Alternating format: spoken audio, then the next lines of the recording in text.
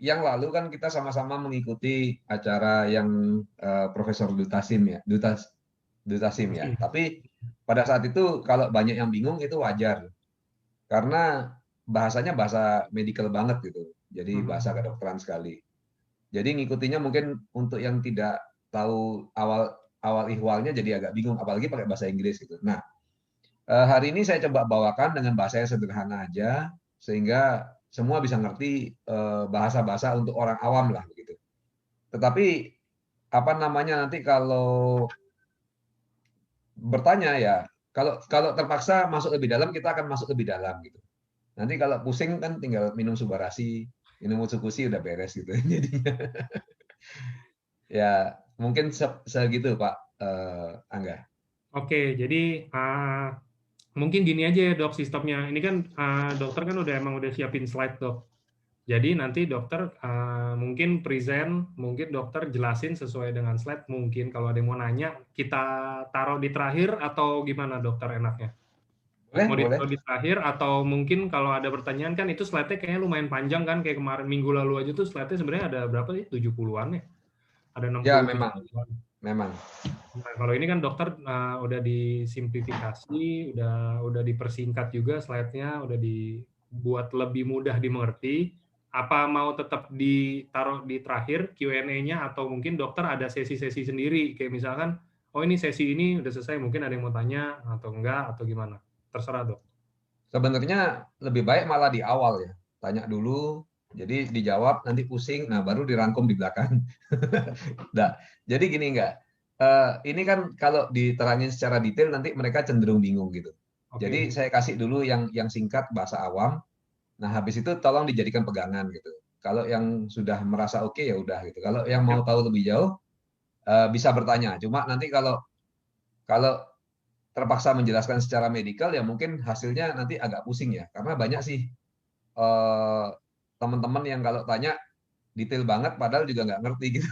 Terus tanyanya juga semakin dalam gitu. Nanti kalau disuruh orang yang tadi dijelasin apa juga nggak bisa gitu jadinya. Tapi kita Oke. coba lah. Kita Oke, oke. coba Nggak seberapa apa-apa. Kalau bisanya gitu ya. mungkin dokter presentasi sesuai flow-nya aja, sesuai slide-nya dokter. Nanti terakhir baru kita cek. Kan gini kan kita ikutin dulu kan. Pasti lebih mudah dimengerti kan dok daripada minggu lalu. Pasti, pasti. Jadi biar mereka juga kalau ada yang mau nanya, udah benar-benar nanya, ya udah nanyanya ke arah situ. Kalau yang minggu lalu punya, kalau disuruh sekarang tanya juga rada susah juga sih soalnya kayak gitu kan kalau yang minggu lalu. Udah nggak Iya, apa-apa, ya. dijelasin dulu aja mungkin dok. Oke. Oke, silakan dimulai. Saya yang share screen ya. Yes. Tar, siapin.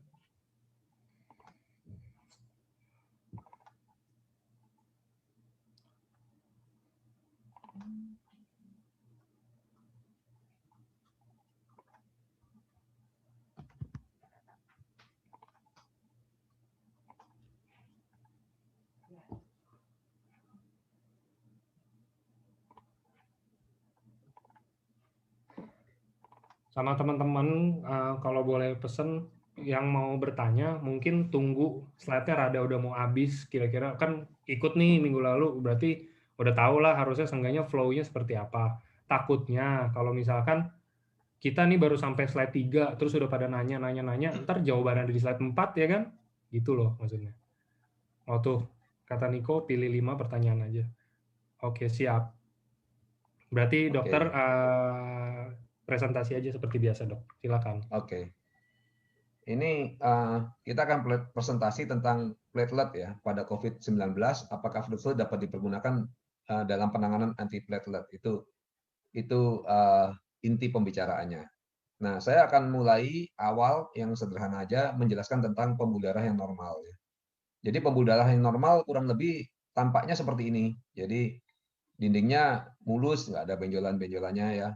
Terus isinya macam-macam sel di dalam gitu. Ada eritrosit, trombosit, leukosit, pokoknya yang kalau kita periksa lab ada sit-sit-sit-sitnya gitu ya, yang periksa darah rutin itu. Terus juga ada platelet itu nama lainnya trombosit ya. Nah, di pembuluh darah ini juga ada lapisan dalamnya itu sel yang namanya endotel.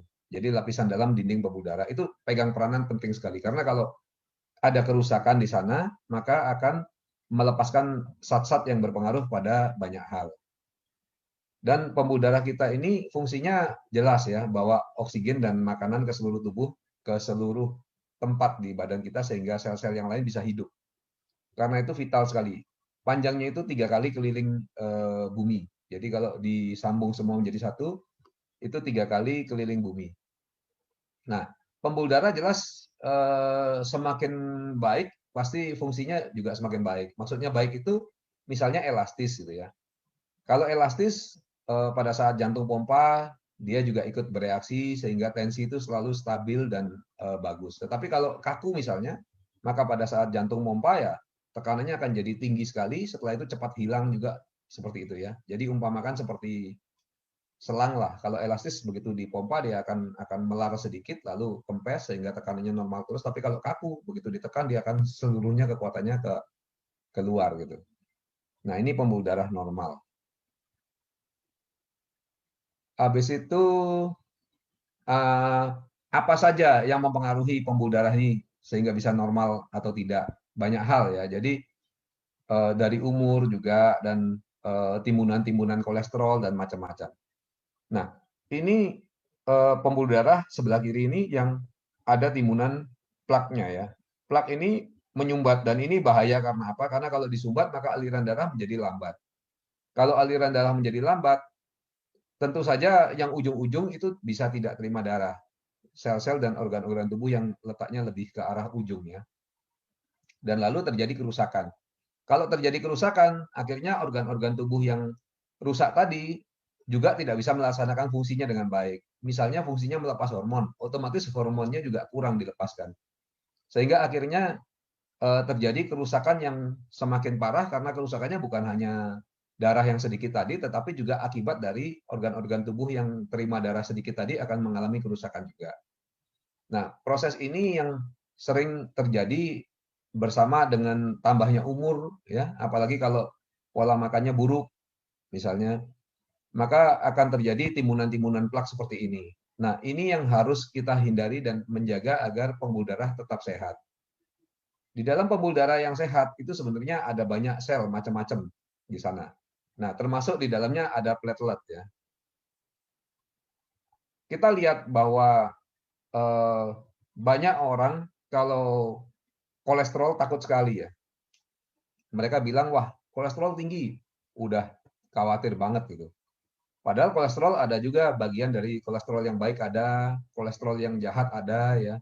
Yang sebenarnya yang utama adalah rasionya. Jadi bukan jumlah totalnya itu yang ditakuti, tetapi berapa yang baik, berapa yang jahat.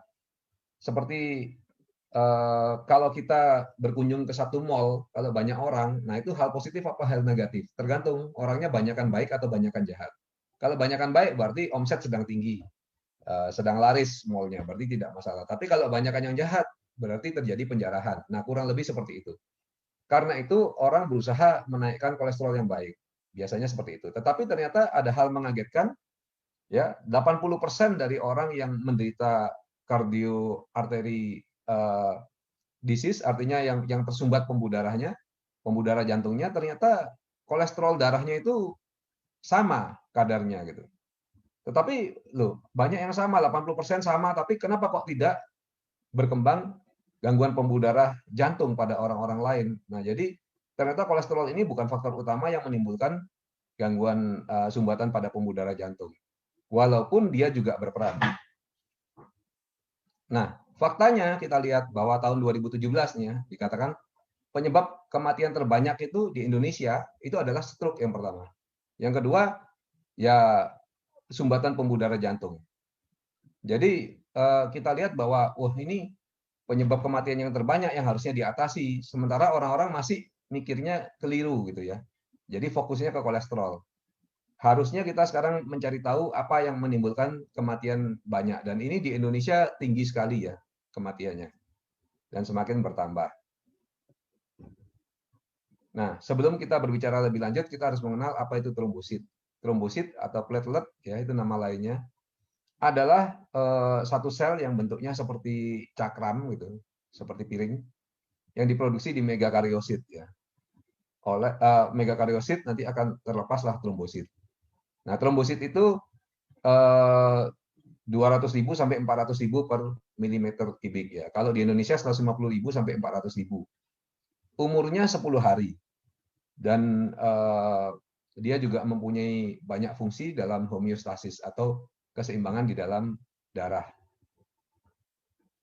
Faktanya adalah platelet itu nama lainnya trombosit ya, umurnya 10 hari. Artinya apa? Kalau tiap hari berarti 10% lah kalau di rata-rata gitu, 10% yang berganti baru.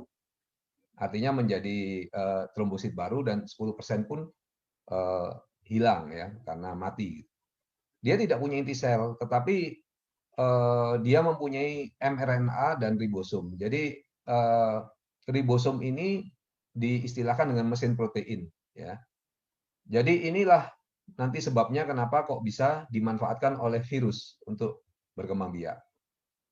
Fungsinya platelet ini untuk penggumpalan darah terutama, terus untuk kekebalan tubuh ya. Lalu sayangnya juga dimanfaatkan oleh virus untuk replikasi atau memperbanyak diri.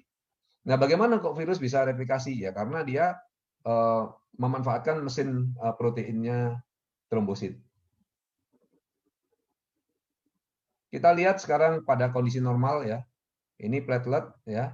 Jadi kalau terjadi luka di dalam pembuluh darah, nah sebenarnya mekanismenya cukup kompleks ya. Tapi kita sederhanakan, kalau jadi luka artinya darah akan keluar. Karena itu kita lihat ada perdarahan. Nah lalu yang terjadi adalah platelet itu akan kena dinding pembuluh darah dan menjadi aktif, ya menjadi aktif sehingga dia lalu menginduksi produksi fibrin dan memanggil sel-sel yang lain sehingga berkumpul di sini. Akhirnya ini akan terjadi sumbatan sehingga perdarahan berhenti. Karena itu kita tidak kehabisan darah. Nah ini sangat penting proses ini dalam tubuh kita. Kalau enggak dengan luka yang tidak terlalu besar aja mungkin kita bisa kehabisan darah ya karena terus-menerus terjadi. Ini adalah fungsi utamanya. Nah, kita lihat kalau normal aliran darahnya lancar. Dinding pembuluh darah licin ya. Kalau tidak normal, misalnya terjadi luka, maka ada beberapa hal yang keluar ya. Misalnya kolagen keluar dan itu akan merangsang aktivasi atau pengaktifan platelet tadi atau trombosit tadi sehingga akhirnya dia berkumpul ya dan lain sebagainya. Ini kondisi tidak normal ya atau ada infeksi virus gitu. Maka VWF atau von Willebrand factor ini akan aktif sehingga akhirnya sama terjadi plateletnya diaktifkan lalu akhirnya platelet mengumpul. Nah, ini kalau kondisi yang patologis seperti pada pasien COVID yang terjadi berkumpul di mana-mana gitu. Dan berkumpulnya itu banyak sekali karena itu bisa menimbulkan kematian karena peristiwa ini. Nah, apa aja kondisi yang menyebabkan trombositnya hiperaktif ya? Kondisinya ini bisa dilihat di sini bisa dibaca ya, ada kencing manis, ada insulin resisten, kegemukan ya, usia juga ya, atau makannya kebanyakan, hidup yang nggak gerak-gerak gitu, artinya kurang olahraga ya, malas-malasan makan aja, polusi, terus stres ya, obat-obatan atau kontrasepsi, kanker, hipertensi, maka hal-hal ini akan menimbulkan trombosit atau platelet tadi menjadi hiperaktif. Ya. Nah, gangguan tadi ya kita lihat sama dengan tadi merokok dan sebagainya termasuk, lalu menimbulkan hiperaktivitas trombosit sehingga akhirnya terjadilah aterosklerosis, akhirnya menimbulkan penyakit jantung dan lain sebagainya. Lalu di pasaran itu ternyata ada obat yang menghambat agregasi trombosit ya. Itu bisa kita sering lihat dan mungkin anggota keluarga kita juga ada yang dikasih aspirin, clopidogrel, ticlodipin dan lain sebagainya ya. Nah, sebenarnya obat-obat ini seringkali diberikan oleh dokter bahkan disuruh minum seumur hidup gitu ya. Kadang-kadang juga pasien juga nggak banyak bertanya, nggak ngecek, dokternya juga kasih aja. Nah, kalau kelebihan apa? Bisa perdarahan ya. Misalnya di lutut tahu-tahu biru gitu ya. Karena konsumsi aspirin. Nah, itu sebenarnya tanda sudah terjadi perdarahan. Kalau perdarahannya di lutut mungkin belum masalah, tapi kalau perdarahan itu di otak tentu sama dengan stroke. Jadi ada resiko-resiko kalau konsumsi aspirin atau obat-obatan seperti itu yang yang menghambat kekentalan darah tadi. Lalu kita lihat aspirin ini efek sampingnya ada beberapa ya. Yang paling penting adalah seringkali terjadi perdarahan lambung karena aspirin ini sifatnya asam. Lalu terjadi juga seringkali terjadi penolakan, artinya resistance, artinya kebal terhadap aspirin. Jadi tidak berefek aspirinnya. Lalu tidak efektif ya aspirin itu untuk hal-hal tertentu. Nah, tidak efektif untuk apa ya? Untuk jalur yang trombin nanti akan dijelaskan ya di belakang sedikit. Kita termasuk masuk ke ranah yang agak medis sedikit. Lalu kita lihat ya bahwa belakangan ada isolasi ekstrak tomat yang dibandingkan dengan buah-buah lain ternyata punya kemampuan yang tinggi sekali untuk mengurangi agregasi trombosit atau berkumpulnya trombosit secara patologis tadi ya. Jadi ternyata wah efeknya kuat banget dibanding buah-buahan lain. Karena itu fokusnya sekarang pada tomat atau yang sudah dipatenkan ya diambil dari lendir biji tomat itu namanya fruit flow ya. Jadi ini sudah dengan cara tertentu. Jadi bukan hanya sekedar diambil lendirnya lalu dimakan begitu bukan, tapi ada cara-caranya untuk mengekstrak. Apa sih kelebihannya dibanding dengan obat aspirin tadi? Nah, kelebihannya adalah dia lebih canggih. Lebih canggih artinya menghambat lewat jalur adenosin difosfat itu lebih besar ya. Lewat jalur kolagen juga lebih besar hambatnya. Dari arachidonic acid lebih kecil, yang mana ini juga hal positif ya karena lebih kecil. Lalu dari jalur trombin juga lebih besar. Nah, saya terpaksa masuk sedikit medical dari sini supaya bisa ngerti ya. Tapi yang jelas lihat angka-angka ini bahwa semuanya lebih besar kecuali dari jalur arachidonic acid lebih kecil. Nah, ini diingat ya. Sekarang kita masuk lebih dalam. Jadi begini, aktivasi platelet tadi itu bisa dengan 4 jalur ya. 4 jalur itu jalur epinefrin, jalur kolagen, jalur trombin dan jalur adenosin difosfat. Kita lihat bahwa hal-hal ini nanti berpengaruh kepada arachidonic acid. Nah, lalu arachidonic acid ini nanti akan pengaruh ke tromboksan A2 ya. Nah, di sini lalu akan pengaruh kepada aktivasi platelet tadi. Tetapi kita lihat bahwa aspirin itu bekerjanya di sini. Nah, sekarang satu persatu kita bahas. Epinefrin. Epinefrin ini apa? Kalau orang stres. Jadi kalau orang stres itu dirilis atau dilepaslah epinefrin. Karena itu ada beberapa teman dan teman-teman saya dari lab Prodias ini juga bertanya waktu itu, kok aneh katanya. Kami di lab itu karena selalu berhubungan dengan masyarakat, semuanya kena COVID. Tetapi yang terjadi ada 2 orang yang sangat takut sekali dengan COVID berlebihan. Yang lainnya biasa-biasa saja. Nah, yang biasa-biasa saja isolasi mandiri lalu sembuh biasa. Yang 2 ini jadi berat sekali sampai masuk rumah sakit. Nah, rupanya jalur ini yang dominan pada orang-orang tadi. Karena apa? Pada saat takut epinefrinnya akan tinggi sekali. Kalau epinefrin tinggi maka rangsangan terhadap arachidonic acid-nya akan besar sehingga tromboksan A2-nya juga banyak ya, tromboksan A2. Jadi akhirnya rangsangan terhadap platelet itu banyak. Nah, ini makanya orang-orang di grup isoman diberitahu oleh Pak Niko jangan stres, santai aja ya.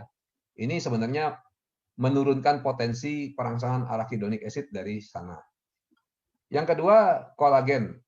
Kolagen ini keluar dan aktif jalurnya kalau terjadi luka di pembuluh darah. Ya. Pada saat luka terjadi, maka kolagen keluar dan arachidonic acid juga terangsang ya dan lanjut lagi ke bawah sama.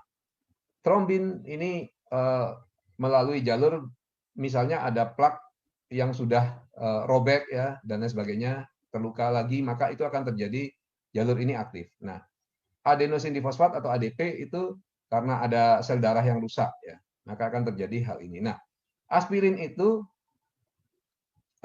stopnya di sini. Karena itu semuanya menurun aktivitasnya ya sehingga akhirnya platelet agregasinya tidak terjadi. Tetapi yang terjadi adalah karena semuanya di stop, terjadi penurunan aktivitas platelet besar-besaran.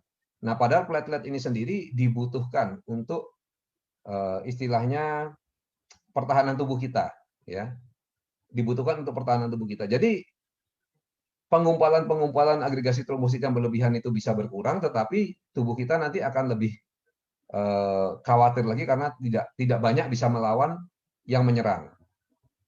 Nah, yang lain lagi adalah bahwa aktivitas katakan dari trombin ya, ini ternyata kalau plak pecah segala macam misalnya pada penderita yang kena serangan jantung, ternyata walaupun dihambat di sini, dia bisa berpengaruh langsung terhadap perangsangan platelet tanpa melalui jalur arachidonic acid. Karena itu rasanya percuma ya kalau diberikan aspirin pada saat ini. Nah, kita lihat studi klinisnya fluid flow. Efek antiplatelet terlihat dalam waktu 3 jam setelah konsumsi. Kalau aspirin lebih cepat ya. Lebih cepat, tetapi ini fluid flow 3 jam aja juga sudah berefek. Karena itu untuk kita mau bagus itu kita harus konsumsi sejak kita masih sehat. Jangan tunggu sakit dulu COVID, apalagi udah megap-megap baru mana subarasi, mana ucukusi ya, apalagi sudah hilang kesadaran ya, dikasih banyak-banyak juga. Itu kan namanya balapan dengan waktu. Masih kita sehat lah kita harusnya konsumsi untuk meningkatkan kadarnya di dalam darah sehingga efek-efek itu udah siap semua. Kalaupun kena nanti mungkin gejalanya lebih ringan, lebih cepat pulih karena sudah dipersiapkan dari sebelumnya. Tinggal ditambah aja takarannya pada saat kena. Bukan berarti kalau kita sudah konsumsi produk-produk ini lalu tidak bisa kena, bukan ya. Tetap bisa kena, tetapi tentu akan lebih mudah penanganannya dan juga dampaknya akan lebih ringan nanti. Nah, bagaimana dengan kasus-kasus yang kena lalu meninggal? Kebanyakan ada penyakit komorbid atau penyakit penyerta dan tidak ditangani dengan baik. Ini kita lihat pada kasus salah seorang leader tim semut ya. Karena gulanya pada hari keberapa itu? Sehari sebelum meninggal itu masih 387 dan tidak diatur sama sekali. Akhirnya sejak 1 hari sebelum meninggal sudah diatur, tetapi rupanya sudah terlambat. Jadi kita harus menangani itu dari jauh-jauh hari. Sekarang yang ada kencing manis, yang gaya hidupnya jelek, diperbaikilah mulai sekarang. Takut berlebihan pada COVID itu juga nggak benar, ya. Kita nggak usah takut karena stres nanti juga tambah berakibat jelek ya. Tadi kita sudah lihat pada jalur epinefrin. Jadi yang benar kita berusaha mengatur gaya hidup kita, olahraga, makan kita, dan produk-produk AFC sehingga kita sudah lebih siap badannya jauh. Nah, kalau hal ini sudah dilakukan pada saat terkena nanti efeknya pasti lebih ringan dan lebih cepat pulih. Jadi akan timbul kekebalan di tubuh. Nah, ini yang diharapkan. Efek antiplatelet ini kelihatan keluar dari waktu 3 jam ya setelah konsumsi dan setelah 18 jam itu sudah boleh dibilang efeknya udah hilang ya, menurun, udah hilang. Ini satu hal positif juga. Nanti kita lihat di belakang. Produk ini mengagumkan sekali karena apa? Karena sudah mendapatkan persetujuan ya secara regulasi. Persetujuan secara regulasi dari European Food Safety Authority. Jadi seperti Balai POM-nya Eropa begitu. Dan itu sudah diakui bahwa dia bisa membantu menjaga agregasi trombositnya sehingga tetap normal, sehingga berkontribusi terhadap aliran darah yang sehat. Kita lihat apa sih bedanya fluid flow dengan aspirin. Fluid flow atau ekstrak tomat itu fungsi trombositnya ya hanya menurun 13-36%. Ingat trombosit tadi punya fungsi untuk pertahanan tubuh. Sedangkan kalau pakai aspirin itu turunnya bisa sampai 90%. Nah, kalau dia berfungsi untuk daya tahan tubuh dan memang bisa menurunkan agregasi trombosit, tetapi kalau fungsi yang lainnya juga turun, tentu akan berbahaya juga ya. Sedangkan kalau bisa menurunkan agregasi trombosit, sedangkan fungsi yang lainnya hanya turun sedikit sehingga tidak terlalu bermakna, nah tentu menarik karena ini bisa mengurangi banyak kefatalan pada penyakit tersebut. Lalu waktu pembekuan darahnya meningkat sedikit aja ya. Maksudnya itu begini, lebih lama bila terjadi perdarahan akan lebih lama sedikit, tetapi karena darah itu lebih encer ya. Nah, kalau waktu pembekuan kalau minum aspirin itu tinggi sekali sampai 127%. Lalu yang responnya rendah hanya 2% dari populasi. Sedangkan responnya rendah di sini sampai 19%. Bahkan oleh Mr. Dutoroi dikatakan bahwa 30% yang istilahnya yang apa namanya yang resisten terhadap aspirin. Jadi kita lihat banyak hal positif di sini ya. Jadi tidak ada efek total pembekuannya yang memanjang ya atau mean time-nya memanjang dan lain sebagainya tidak ada. Nah, lalu dilakukanlah uji coba selama 24 jam ya. Dia dilakukan uji coba dan hasilnya adalah ternyata memang bisa dengan mengonsumsi ekstrak tomat 150 mg ternyata respon agregasi trombositnya selama 24 jam itu sudah berkurang. Nah, ini kelihatan dari penelitian bahwa memang berefek. Dan kemudian banyak sekali penelitian-penelitian lain yang mendukung ya. Kita lihat ini banyak sekali penelitian-penelitian lain yang mendukung. Jadi sudah benar-benar signifikan efeknya. Ya, ini kita lihat juga masih banyak yang mendukung. Jadi kesimpulannya fruit flow itu sangat berguna karena apa? Karena menjaga sangat normal jadi kondisinya di dalam tubuh manusia terutama di saat COVID seperti ini ya. Jadi penggunaan obat antiplatelet yang lain seperti aspirin, clopidogrel dan sebagainya itu bisa mengganggu fungsi dari trombosit tadi sehingga nanti pertahanan tubuhnya juga akan terganggu. Nah, ini makanya lebih bagus fruit flow daripada aspirin. Kita lihat juga bahwa tadi waktunya untuk aspirin ya, kita lihat di sini. Nah, ini dia 3 jam ya, lalu 18 jam sudah selesai fungsinya. Nah, 18 jam artinya gini, kalau orang sekarang minum obat untuk menghalangi agregasi trombosit, tiba-tiba dia perlu dioperasi.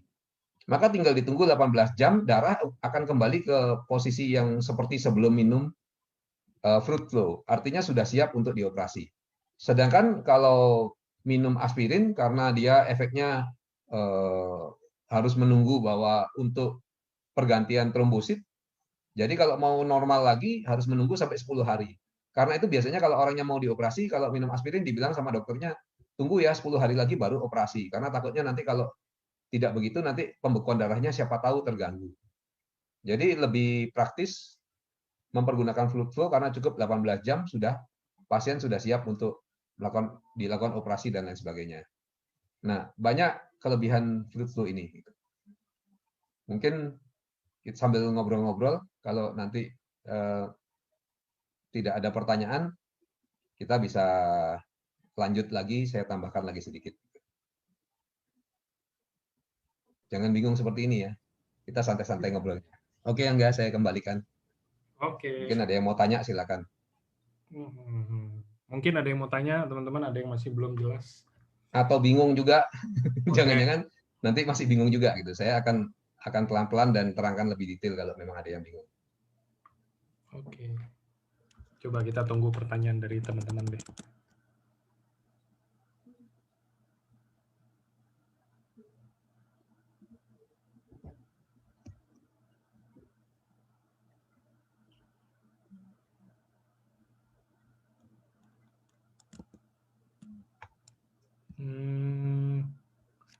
Nah ini. Sorry Pak, boleh ditambahin kesimpulannya lagi tidak? Oh ya, ada yang saya tambahkan sedikit ya sebelum pertanyaan, mungkin sambil menunggu pertanyaan. Kita lihat bahwa tadi penelitian-penelitian ini dilakukan pada ekstrak tomat dengan 150 mg ya.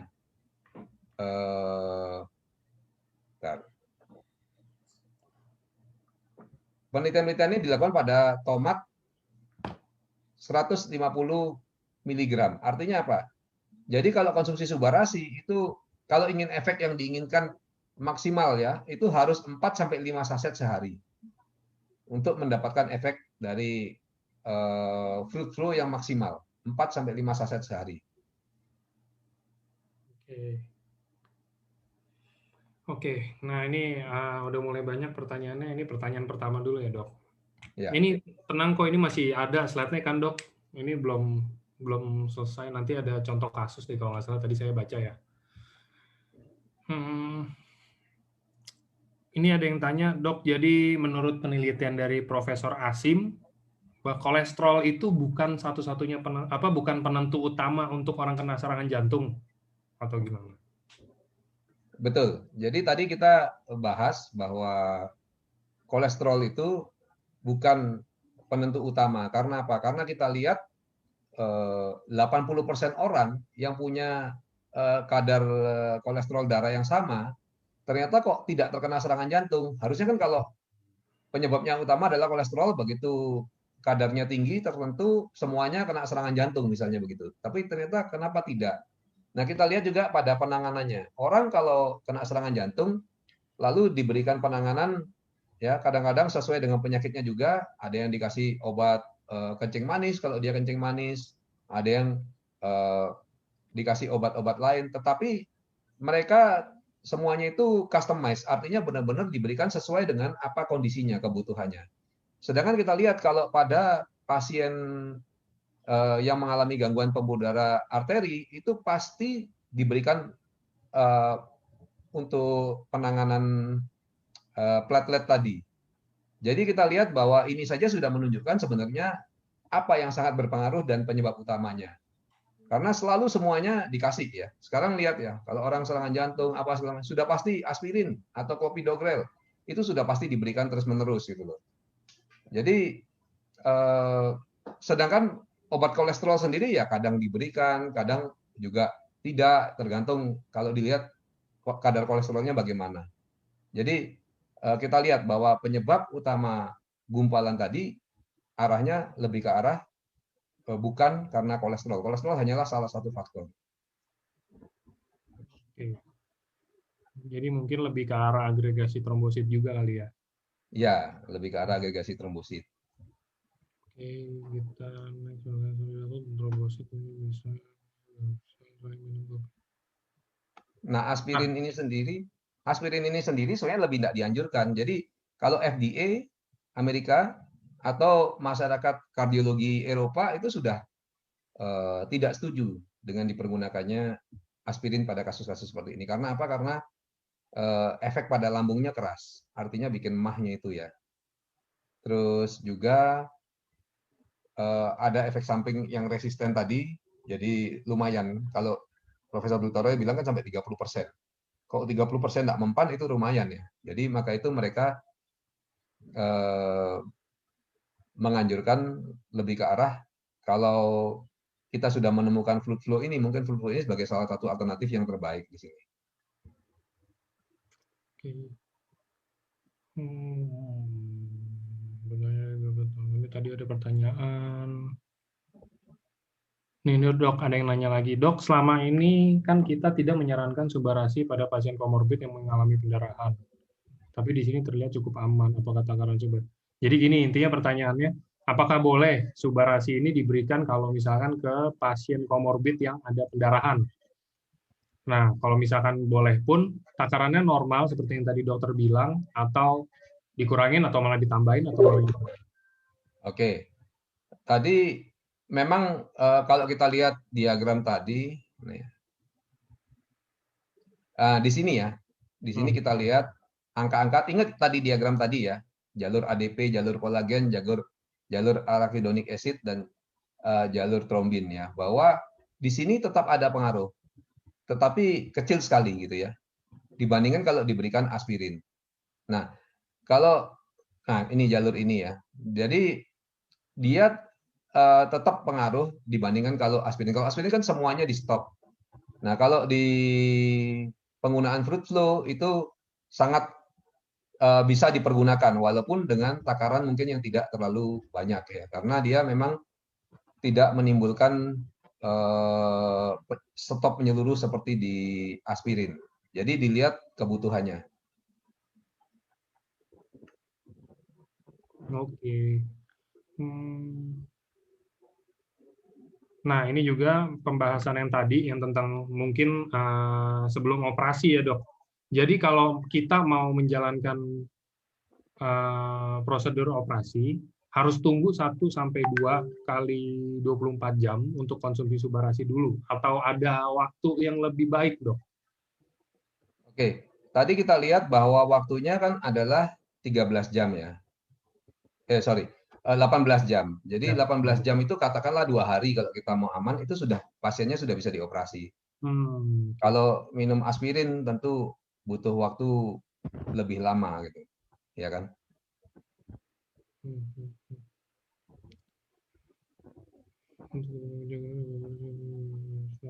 Hari.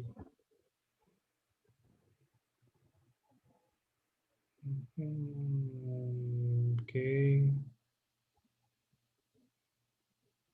Ini pertanyaannya beberapa ada yang udah dijawab di slide sih. Dokter mau lanjut lagi atau mau tunggu di sini?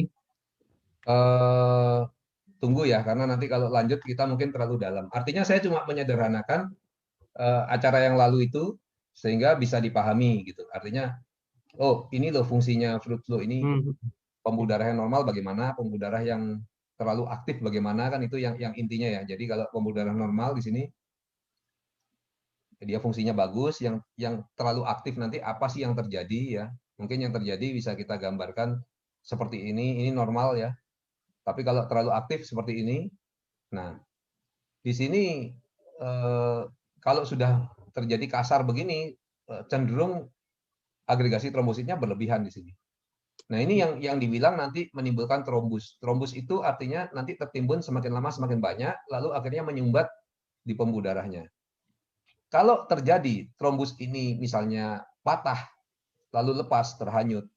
Nah, ini bahaya juga, karena yang hanyut tadi berbentuk gumpalan itu nanti akan mengikuti aliran darah. Tentu saja aliran darah di arteri ini akan menuju lama-lama ke pembuluh darah yang kecil.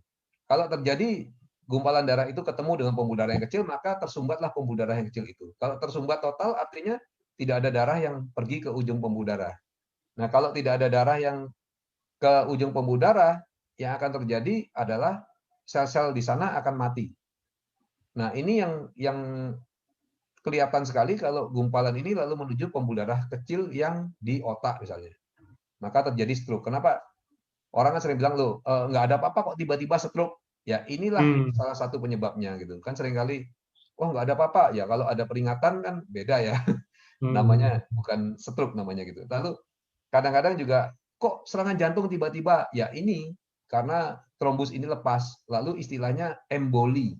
Jadi yang disilakan dengan emboli adalah tadi, gumpalan itu lepas ya, jadi embolus, lalu dia akan menyumbat pembuluh darah yang lebih kecil.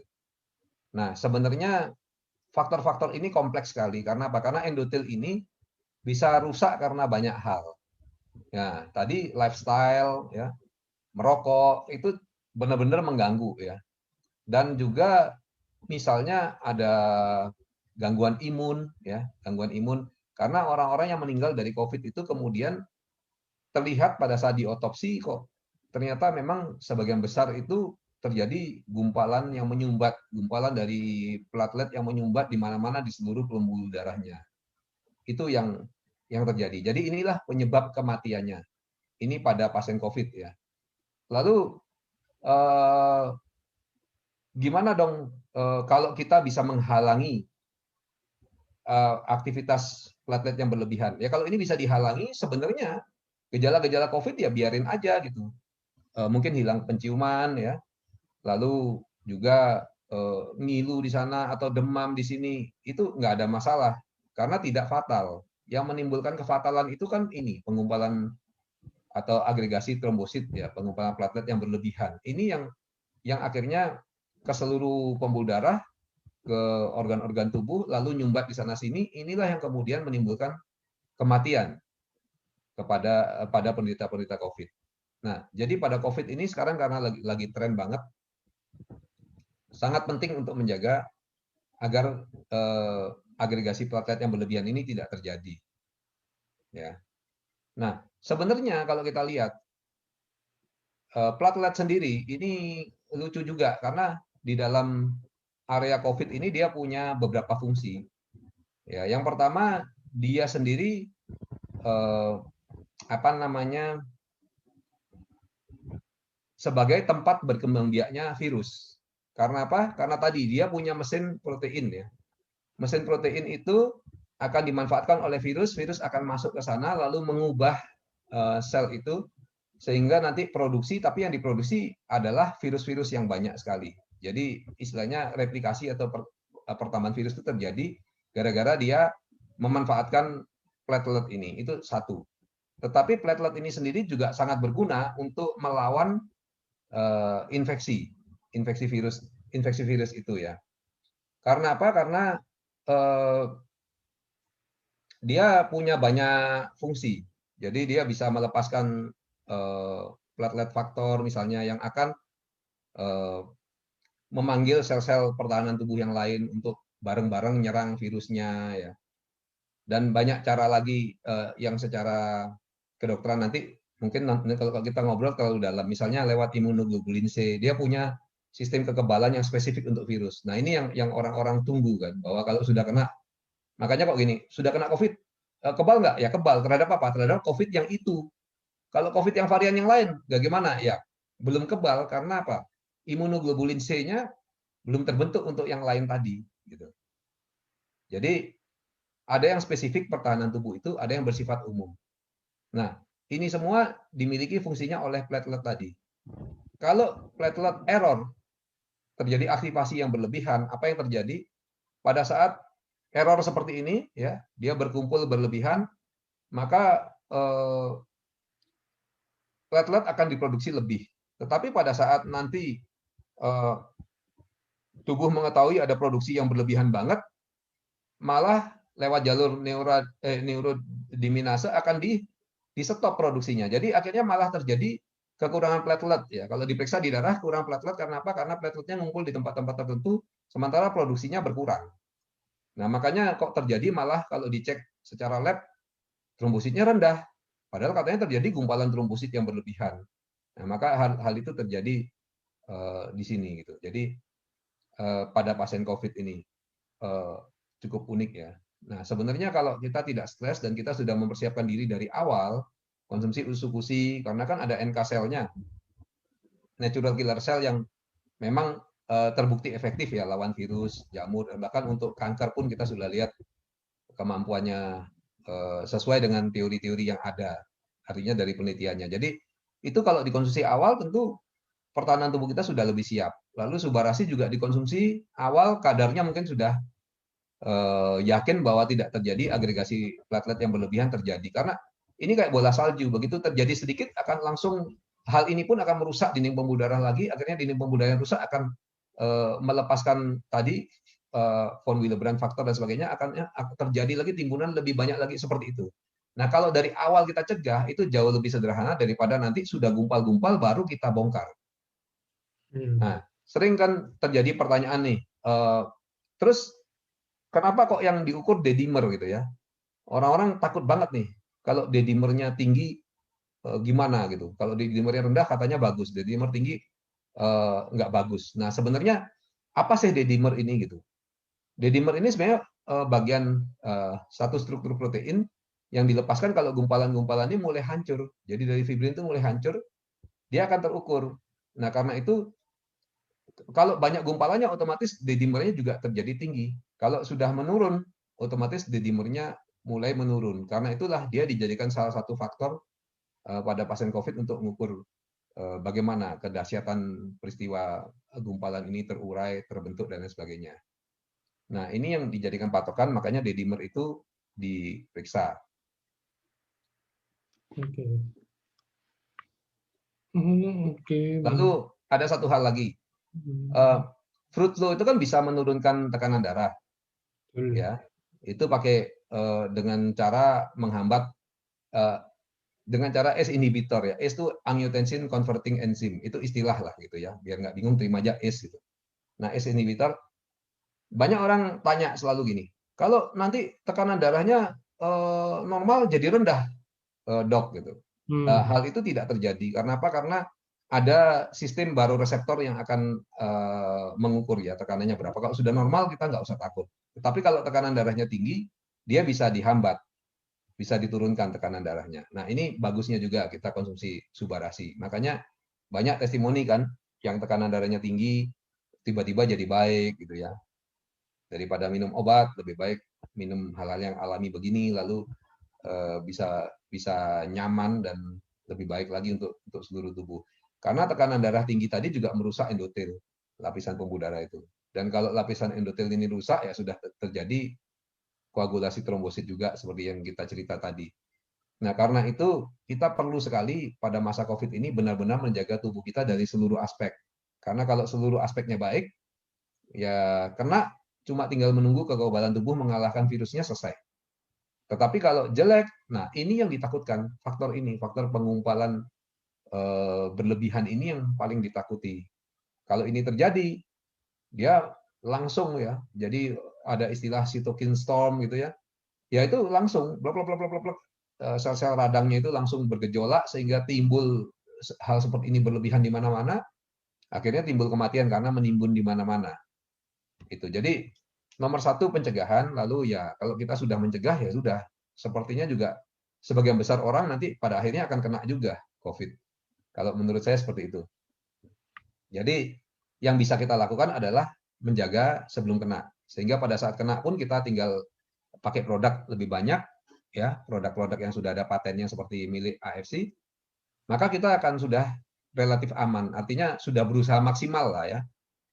Kalau ada faktor komorbid juga, komorbid kan banyak juga yang bisa terbantu pakai produk-produk AFC. Jadi mungkin kita akan jauh lebih aman daripada orang yang tidak konsumsi produk atau produk-produk yang lain yang belum pasti cara kerjanya ya. Memang sepertinya sebagian besar populasi nanti pasti akan kena COVID. Karena susah, penyebarannya kan susah diatasi. Dan nanti ada mutasi lagi, ya mudah-mudahan tidak ya, mudah-mudahan sekarang habis ini berhenti, dunia kembali normal, kita juga ada pingin nih jalan-jalan lagi seperti dulu gitu. Tapi pada saat kita sudah siap segalanya, nah chance untuk sembuhnya, chance untuk tanpa gejala itu pasti lebih besar. Oke. Jadi lindungi keluarga ya. Oke.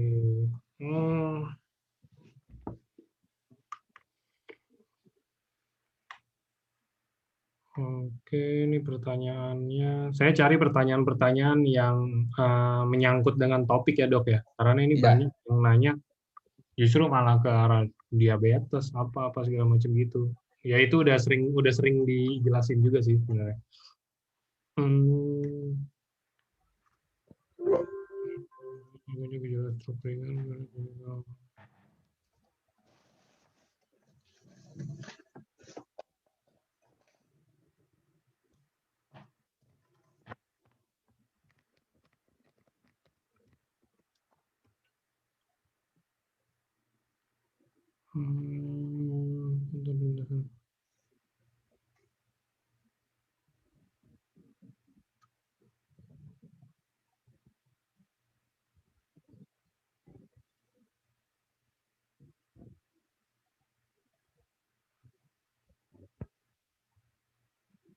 Nih Dok, ada yang tanya kesimpulannya lagi.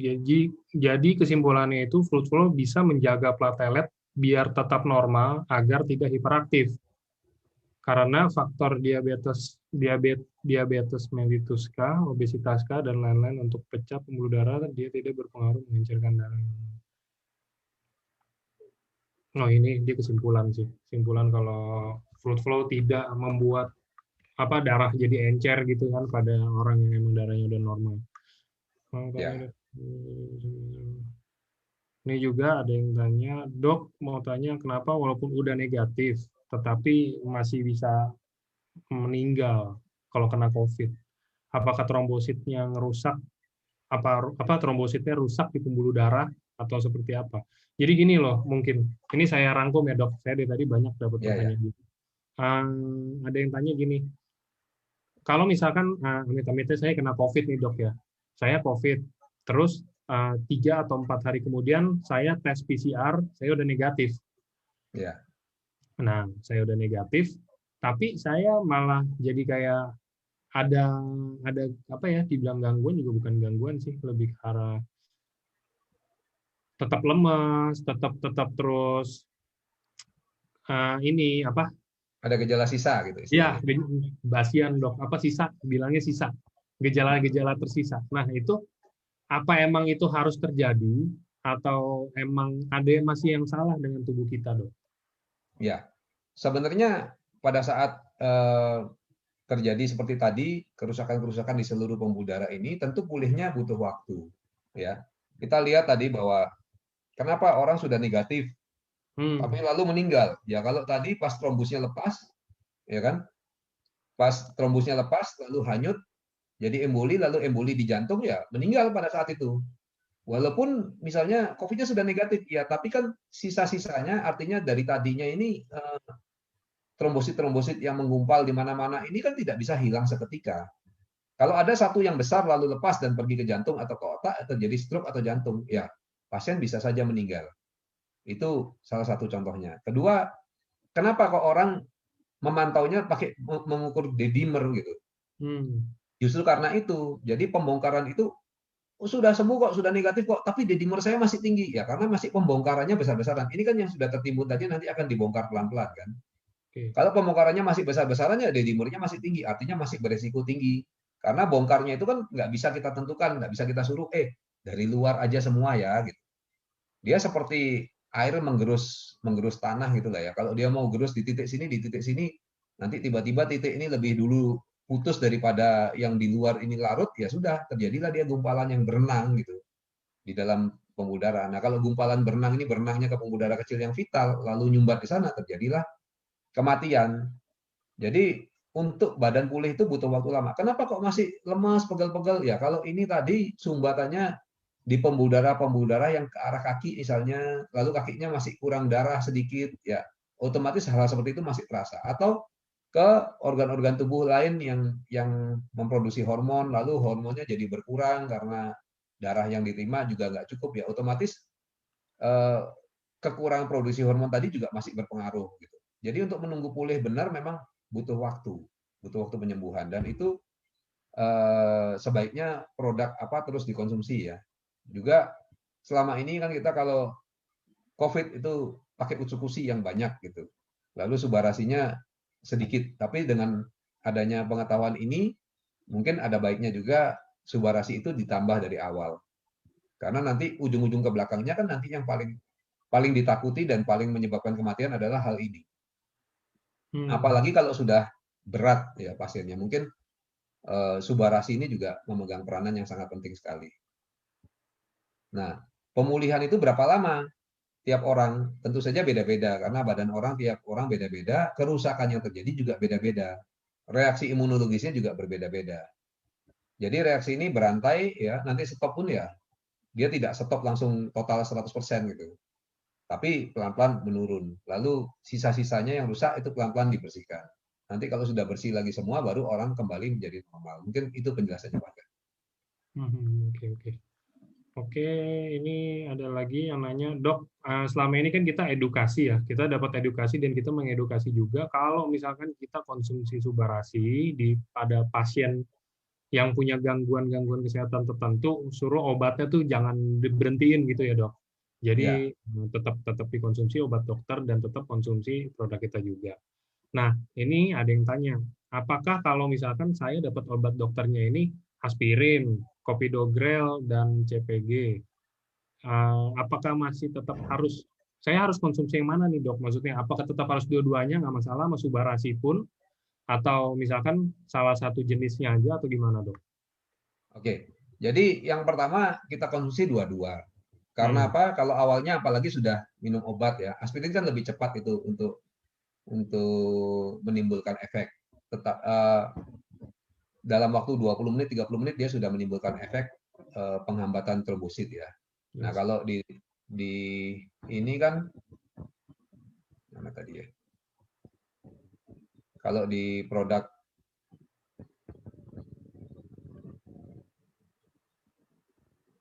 nah ini kan 3 jam setelah konsumsi ya, baru ada perbedaan yang signifikan.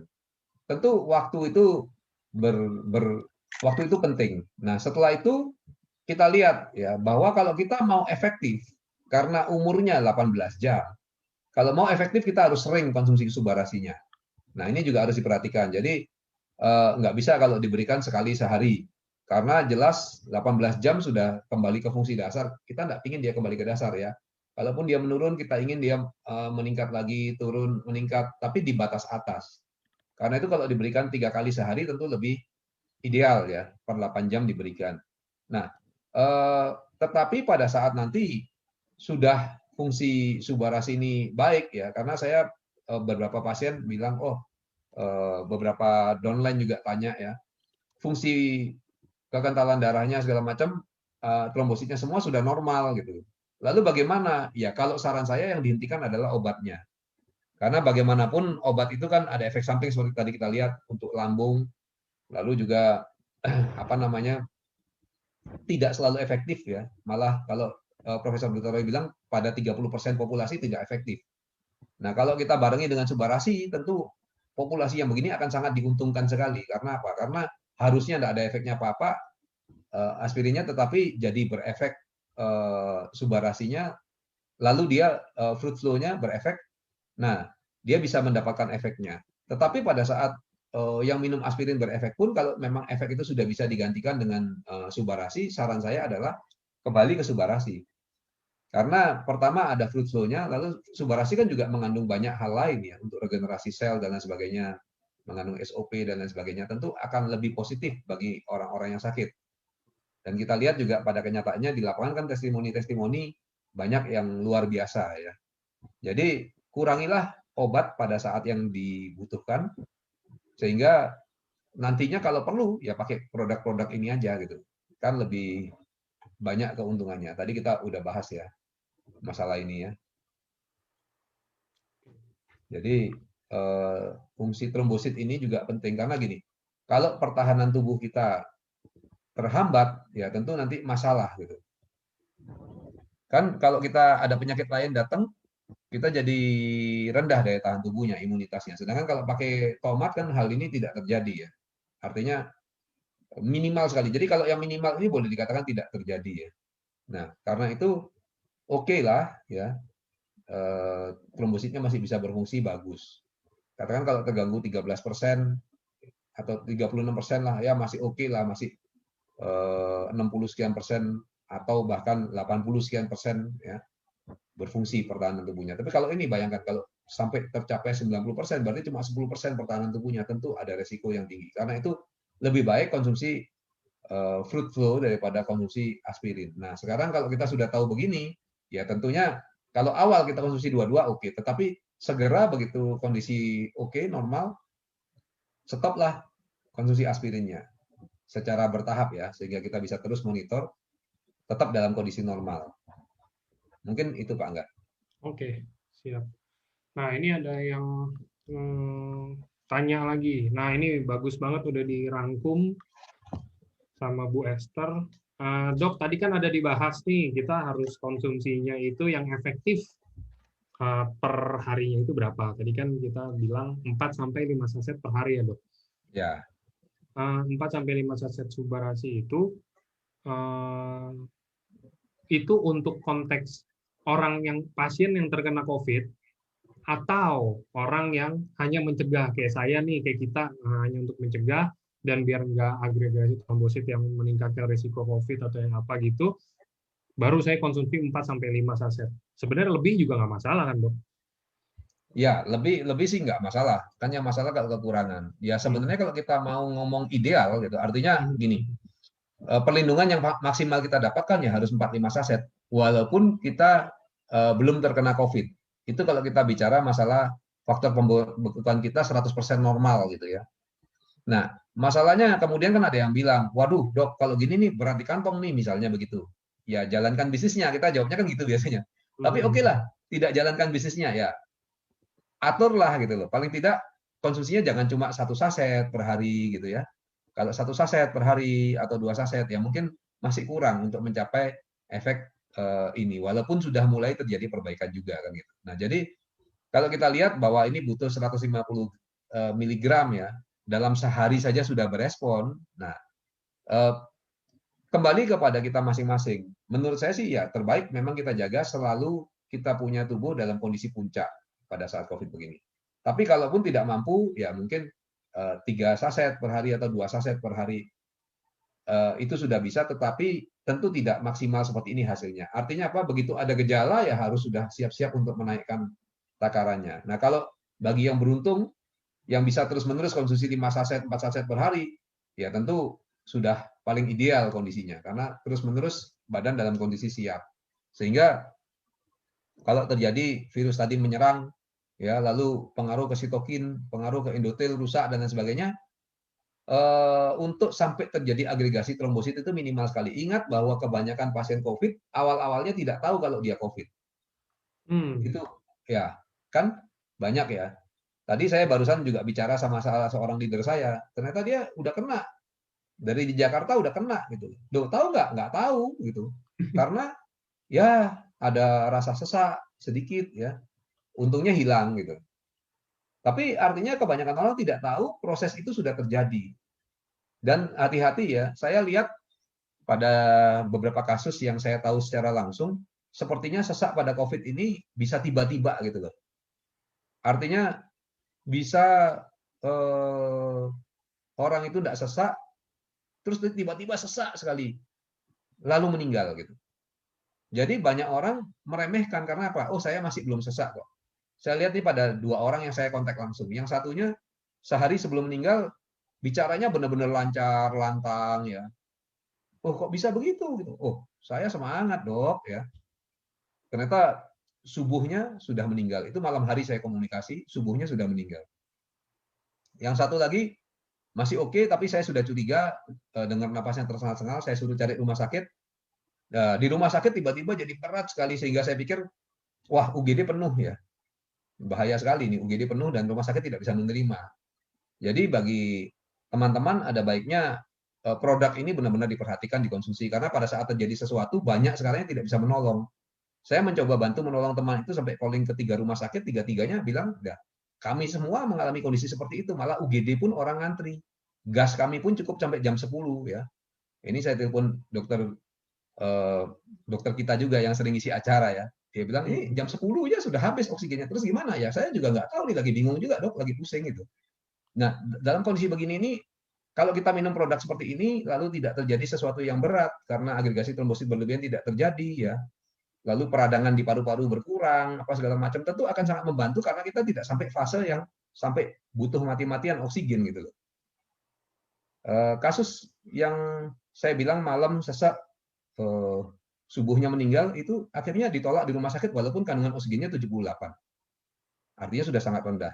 Karena rumah sakit memang sudah tidak mampu lagi. Nah, karena itu sangat penting perlindungan ini di saat-saat seperti ini.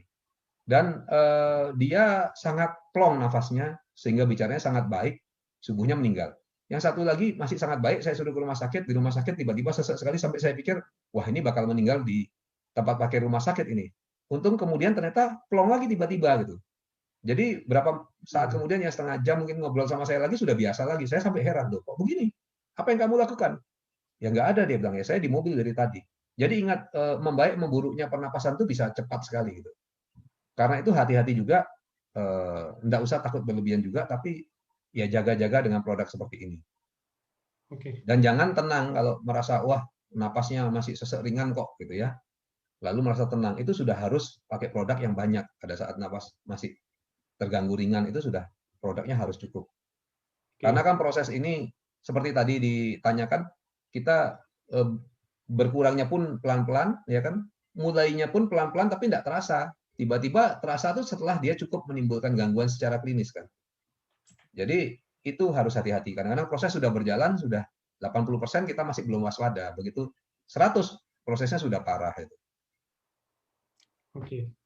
Nih dok, dari tadi kan kita ngomongin kalau misalkan kena COVID atau misalkan kita masih udah sesek, kita harus lebih banyak lagi dok. Ini pas tadi ada yang tanya dan katanya mungkin banyak member-member juga di luar sana yang mau bantu orang lain ya dengan produk kita, tapi takutnya kalau misalkan ngomong iya konsumsi banyak aja nggak apa-apa. Ini kan takutnya kenapa-napa gitu loh dok kalau konsumsi banyak. Coba mungkin ada nggak di sini dok statement dari dokter kenapa konsumsi banyak itu kalau produk kita nggak apa-apa dan ya aman-aman aja gitu loh. Misalkan kayak contoh, kita kan udah tahu ya ada video di Instagram yang kemarin Niko juga bikin dan apa langsung minum sekaligus 10 ya kalau nggak salah ya. Nah, itu maksudnya boleh nggak sih dok dijelasin kenapa kok boleh sih konsumsi kayak begitu banyak-banyak? Emang ini apa sih? Ini bukan obat jelas, tapi ini apa sih? Kenapa kita boleh konsumsi banyak dan yang ada badan kita sehat, bukan malah kenapa-napa, bukan malah OD atau bukan malah apa gitu loh dok. Ya, memang waktu Niko konsumsi 10 langsung heboh semua ya. Padahal hebohnya banyak yang gini nih. Sultan banget katanya 10 saset tuh berapa harganya karena memang bagi sebagian orang minum 10 kalau per hari, kalau tiap hari wah bangkrut nih katanya gitu. Ya, makanya jalankan bisnisnya ya. Kalau yang sudah berjalan bisnisnya tentu tidak peduli kalau minum 10 saset per hari gitu. Nah, sebenarnya kita kan bukan obat, hanya makanan kesehatan. Tentu tidak ada masalah ya kalau kebanyakan gimana ya, kalau kebanyakan sekali gitu ya, kalau minum 1 dream gimana ya, pastilah mules dan sama kayak kita minum air aja 1 dream juga ada efeknya kan gitu. Ini cuma makanan kesehatan gitu ya, jadi makanan minuman seperti itulah gitu. Saya makan ayam Kentucky 30 lalu muntah-muntah ya namanya 30 gitu loh. Tapi kalau kita 5 saset apa segala macam ini kan sudah disarankan di sini gitu ya dengan kandungan fruit flow ini. Jadi semuanya itu kan ada data-datanya. Nah, seringkali yang konsumsi ini juga tidak memperhitungkan banyak hal. Jadi logikanya begini misalnya. Mereka hanya memperhatikan, oke, sekarang orang ini loh belum apa-apa, dia tidak masuk rumah sakit, dikasih produk tiba-tiba langsung sesek masuk rumah sakit. Nah, saya kan sudah bilang tadi bahwa proses itu subklinis sudah berjalan 70, 75 misalnya gitu. Pas dikasih produk, pas 80, 85, ya pada saat 85, 90 ya dia harus masuk rumah sakit. Lalu yang disalahkan produk yang dikonsumsi. Kan sering kali orang kali begitu. Pada saat konsumsi produk dianggap segala-galanya adalah produk ini. Padahal produknya aja mungkin baru mulai akan berefek. Lalu masuk rumah sakit meninggal gitu. Ya memang berat, lalu sudah komplikasi, sudah terjadi gumpalan trombosit di mana-mana. Kalaupun dikonsumsi kan butuh waktu untuk membongkar dan menghambat pembentukan yang baru. Tetapi yang disalahkan nanti produknya gitu. Waktu belum konsumsi produk, oke-oke aja kok di rumah ngobrol-ngobrol, tiba-tiba masuk rumah sakit meninggal. Harus hati-hati karena perjalanan penyakit ini kita harus lihat bagaimana. Nah, produk-produk yang AFC pakai ini kan produk-produk yang sifatnya alami dan hanya makanan kesehatan. Artinya menunjang lah ya, seperti kita minum es jeruk gitu. Ya, efek negatifnya apa? Ya, vitamin C-nya naik gitu. Terus gimana? Kalau minum kebanyakan gimana? Wah, saya kalau per jeruk sampai 30, 40 enggak apa-apa ya. Kalau mau sampai 100 pun enggak apa-apa. Kalau jeruknya manis ya. Tetapi kalau kebanyakan sekali, satu ember jeruk gimana? Ya pasti muntah-muntah gitu. Nah, kita takar dengan baik lah. Dan tiap orang membutuhkan takaran yang beda-beda. Beberapa downline itu konsumsi lalu bilang, dok kok nggak ada efeknya? Oh coba tingkatkan. Begitu ditingkatkan 5 hari kemudian dia bilang, wih langsung keluhannya di lutut itu hilang. Saya ada video testimoninya. Artinya apa? Badan tiap orang kan tidak sama ya, penyerapannya dan reaksinya juga tidak sama. Nah karena itu ayolah. Tapi yang jelas kalau kesedikitan itu jelas tidak berefek ya. Nah daripada kita bertujuan untuk sesuatu yang artinya yang serius di sini untuk penanganan COVID ya. Penanganan COVID yang obat-obatan semua juga mati-matian sekarang juga masih bingung gitu. Kasih antivirus juga masih kontroversi gitu ya. Jadi ya mau penanganannya gimana? Tidak ada ruginya kalau kita makan makanan kesehatan yang relatif aman ya karena cuma makanan, lalu punya efek seperti ini yang bahkan obat pun bisa boleh dibilang kalau di sini kan kalah telak gitu ya. Kemampuannya jauh lebih kuat yang fruit flow, efek sampingnya boleh dibilang tidak ada ya. Lalu waktu berhentinya juga kalau perlu operasi apa cepat. Nah tentu dengan begini nih jauh lebih nyaman daripada obat. Makanya saya sering ketawa juga kadang-kadang ada member yang dia kencing manis lalu konsumsi produk lalu gulanya turun. Nah pada saat gulanya mulai rendah nggak dimonitor terjadi efek samping lalu telepon saya bilang oh ini karena gulanya coba diukur begitu gulanya rendah yang di stop harusnya adalah obatnya tapi dia nggak tahu yang di stop produknya gitu. Nah itu keliru gitu. Ngapain minum obat seumur hidup dengan segala efek sampingnya? Harusnya produknya yang dilanjutkan, obat di stop sehingga suatu ketika mudah-mudahan beruntung regenerasinya bagus ya bisa lepas obat kan itu yang diharapkan gitu. Mungkin itu Pak Angga. Oke. Eh,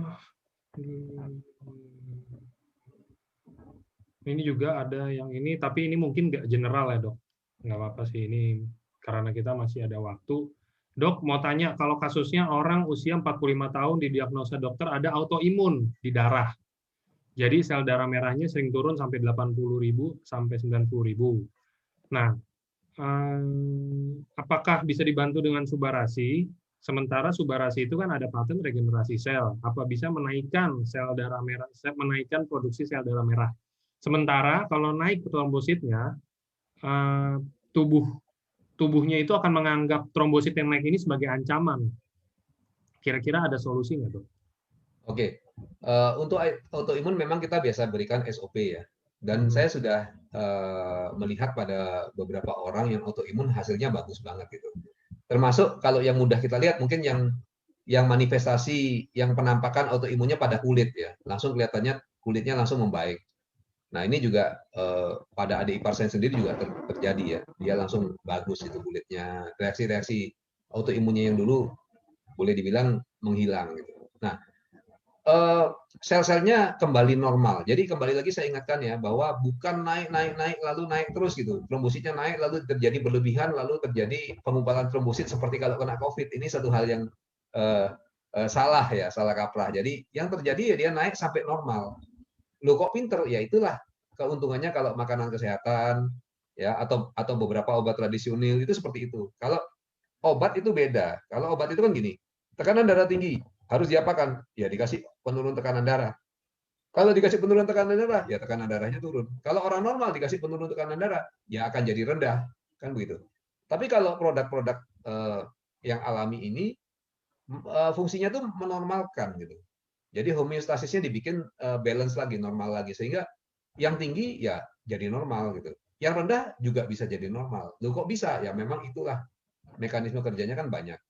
Jadi nggak usah khawatir yang konsumsi kebanyakan lalu trombositnya jadi tinggi sekali, lalu terjadi error dan lain sebagainya gitu ya. Itu nggak perlu seperti itu karena ya pasien-pasien yang mengalami HB-nya rendah dan lain sebagainya tentu akan sangat diuntungkan ya. Saya ada juga seorang teman dokter di daerah Banyuwangi yang dia heran sekali karena ada pasien yang kena apa namanya anemia aplastik lalu darah merahnya itu nggak ada gitu sehingga harus transfusi 2 kantong tiap minggu. Bayangkan ya 2 kantong. Nah ternyata begitu dikasih produk ini dari hari pertama sudah rasanya enak ya beberapa hari itu akhirnya dia nggak mau transfusi. Pada saat tidak transfusi ya sepintas tanpa darahnya turun karena kan yang awal nih dari kasus setelah transfusi sekian tingginya. Kemudian berapa saat kan pasti sel-sel ini yang ditransfusi ini ada yang mati ya sehingga kelihatannya turun sedikit tetapi setelah itu langsung naik langsung baik gitu. Nah dia sendiri heran wah kok bisa begini efeknya ya inilah kelebihan produknya ya. Jadi penggunaan produk-produk ini kita nggak usah terlalu khawatir berlebihan karena relatif safe ya. Mungkin Pak Niko segala macam juga sambil guyon-guyon membuktikan itu ya bahwa nggak apa-apa kok. Agus ya yang kena COVID banyak sekali konsumsinya. Beliau biasa aja malah gejalanya nggak ada ya. Anaknya juga nggak ada, anak wanitanya, anak prianya juga nggak ada ya. Hanya istri aja yang ada sedikit, itu pun cuma anosmia beberapa hari, udah selesai gitu. Nah, ini yang kita harapkan. Kalaupun kena, karena memang kita belum punya kekebalan terhadap virus, kenanya pasti kena kalau belum kenal. Tapi kalaupun kena, lalu gejalanya jadi ringan. Kalaupun kena, lalu pulihnya cepat. Ini yang diharapkan sebenarnya. Tapi nggak usah khawatir, wah nanti akan terjadi berlebihan. Jadi trombositnya hiperaktif seperti ini, seperti kalau kena COVID ini terjadi platelet agregasi. Mungkin begitu, Angga. Oke. Ini ada yang tanya untuk terbantu dengan subarasi, trombotosis. Ini udah dijelasin tadi. Ini sekalian saya mau kasih tahu, ini acara Dr. Yudi ini akan ada rekamannya juga di Facebook ya, teman-teman. Jadi buat yang mungkin baru datang atau telat-telat tadi ketinggalan penjelasan awal-awalnya seperti apa, nanti bisa masuk ke link Facebook yang udah di-blast di grup Toreda, Ronin Samurai, dan lain-lain. Itu dipencet lagi aja linknya, itu akan ke direct langsung ke videonya ini rekaman. Oke, Kayaknya untuk pertanyaannya sih udah habis sih, Dok, kalau yang mengenai topik dan trombosis dan COVID itu gimana, Ya, Dok? Mau bagus disudahi. ya Karena udah saya pada ingin ke ngerti pantai ini. berarti, udah pada paham berarti. Ya gitu ya teman-teman. Jadi itu penjelasan mungkin buat teman-teman yang minggu lalu itu datang tapi nggak tahu nih ngomongin apaan sih ini.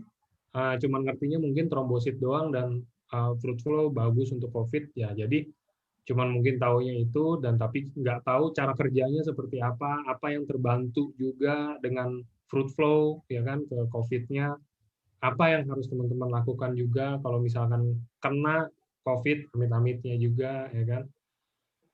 Eh, ini udah penjelasan paling simpel, sesimpel-simpelnya yang udah dirancang sama Dokter Yudi. Semoga teman-teman semua ngerti. Kalau nggak ngerti mungkin nanti kita akan buka sesi berikutnya sama Dokter Yudi. Nanti kita atur waktu dulu. Nanti Dokter Yudi bakal jawabin lagi ya dok pertanyaan-pertanyaan. Oke, siap. Oke, jadi gitu aja sih kayaknya. Nah ini rekamannya udah saya share di ini ya. Sebentar, saya share di general. Nah, ini ya rekamannya ya. Oke, kalau gitu. Thank you Dokter Yudi buat waktunya Oke, sore thank ini. you. Mudah-mudahan penjelasan yang sederhana ini, yang penting intisarinya aja ya, ditangkap lalu bisa dipergunakan untuk menjelaskan dan lain sebagainya. Jadi jangan sampai bingung dengan reaksi-reaksi kimia yang berbelit-belit, nanti tambah bingung ya, karena memang dalam sekali kalau reaksi kimianya. Nah, mudah-mudahan bermanfaat bagi teman-teman, jadi lebih mengerti apa sih yang minggu lalu yang berapa minggu lalu dibicarakan itu apa sih sebenarnya gitu loh. Karena kalau waktu itu pusing, ya wajar gitu. Kalau sekarang mudah-mudahan nggak pusing gitu ya. Jadi mudah-mudahan ada gunanya. Salam Oke, dari Bali. siap. Thank you dok. Stay safe ya dok. Thank you, stay Selamat safe. sore. Selamat Thank you sore. teman-teman semuanya. Selamat sore juga.